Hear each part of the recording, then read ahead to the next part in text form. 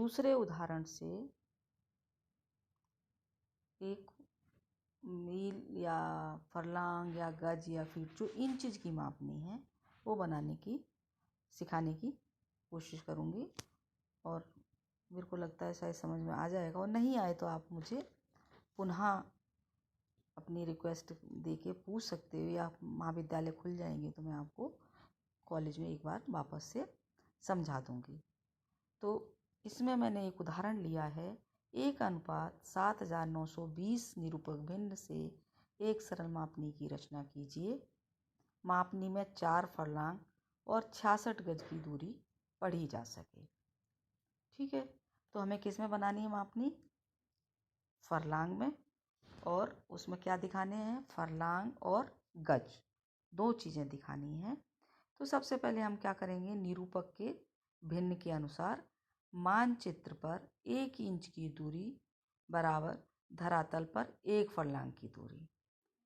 ठीक है, क्योंकि हमारा जो RF है क्या है, 1:7920। 7920 क्या है? हमारे 1 फरलांग की दूरी है।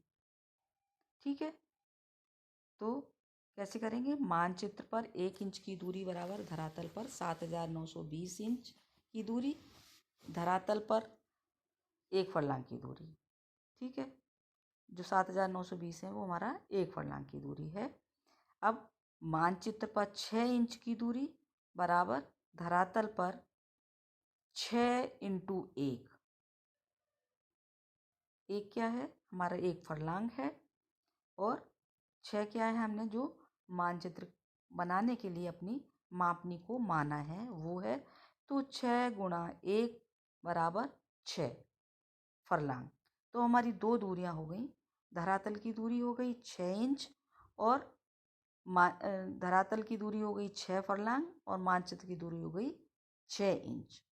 तो हम 6 इंच की एक रेखा खींचेंगे, सरल रेखा खींचेंगे, उसको 6 बराबर भागों में बांटेंगे। एक भाग बराबर 1 फरलांग की दूरी को दर्शाएगा। तो 6 इंच है, सीधा सीधा हो जाएगा, 1 इंच बराबर 1 फरलांग और 6 इंच बराबर 6 फरलांग। ठीक है, अब आपसे पूछा गया है कि 4 फरलांग और 66 गज की दूरी पढ़िए।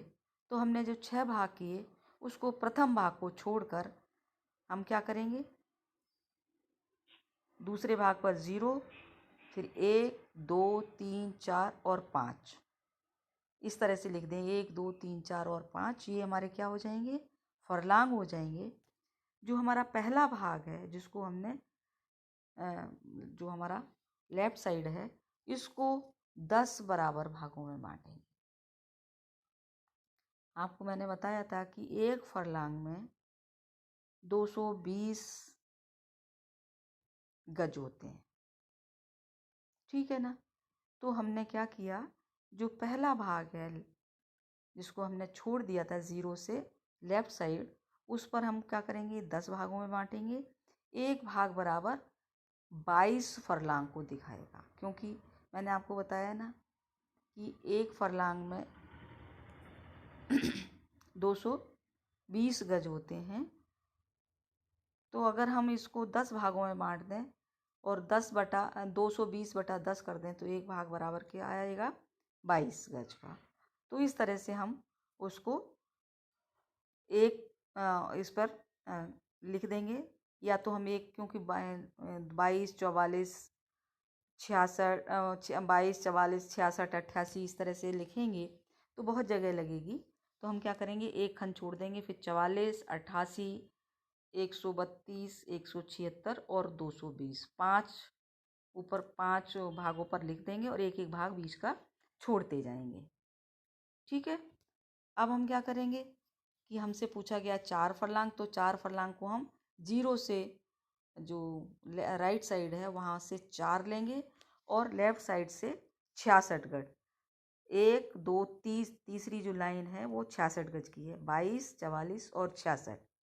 तो यहाँ से हम 66 लेके, और आप देख रहे होंगे जो हमारा जो मापनी है उसके ऊपर एरो के माध्यम से दिखाया गया है कि 4 फरलांग और 66 गज।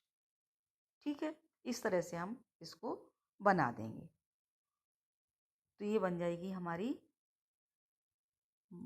जो अंग्रेजी प्रणाली है, ब्रिटिश प्रणाली है, उसकी मापनी। तो हमारी दोनों मापनी हो गई सरल। एक तो हो गई किलोमीटर की और दूसरी हो गई हमारी फरलांग की।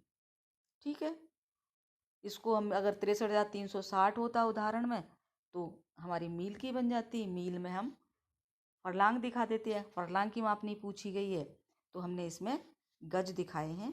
और यदि गज की मापनी पूछी जाती तो हम उसमें फीट दिखाते, लेफ्ट साइड दाईं तरफ, और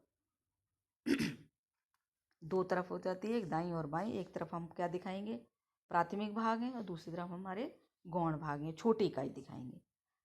जो राइट साइड है उसमें बड़ी इकाई, बड़ी इकाई क्या है हमारी, इसमें फरलांग है, फरलांग से छोटी गज है, तो जो हमने लेफ्ट साइड दिखाया है। तो इस तरह से हमारी बन जाएगी ये दूसरी साधारण मापनी। और इसको आप बनाने की कोशिश करिएगा और फिर जब कॉलेज खुल जाए तो दिखाएं।